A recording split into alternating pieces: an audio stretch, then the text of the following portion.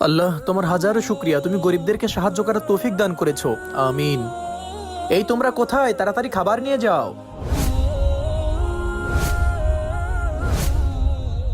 এই নাও, এই নাও, এই পিছন থেকে আগে আসছিস কেন? পিছনে গিয়ে তারা। এই নাও। আর একটা মাত্র রুটি আছে, তুমি প্রতিদিন কেন শেষে খাবার নিতে আসো? আমি খাবার নিয়ে কখনো চিন্তা করি না, কারণ রিজিকের মালিক আল্লাহ। আসসালামু আলাইকুম। ওয়ালাইকুম আসসালাম। ভাই এ দেখো, আমি তোমার জন্য খাবার নিয়ে এসেছি। আরে খাবারের মধ্যে টাকা আসলো থেকে? আমার মনে হয় হুজুর ভুল করে খাবারের মধ্যে টাকা রেখে দিয়েছিল। তুমি এটা রাখো, আমি টাকাগুলো দিয়ে আসি। ঠিক আছে ভাইয়া।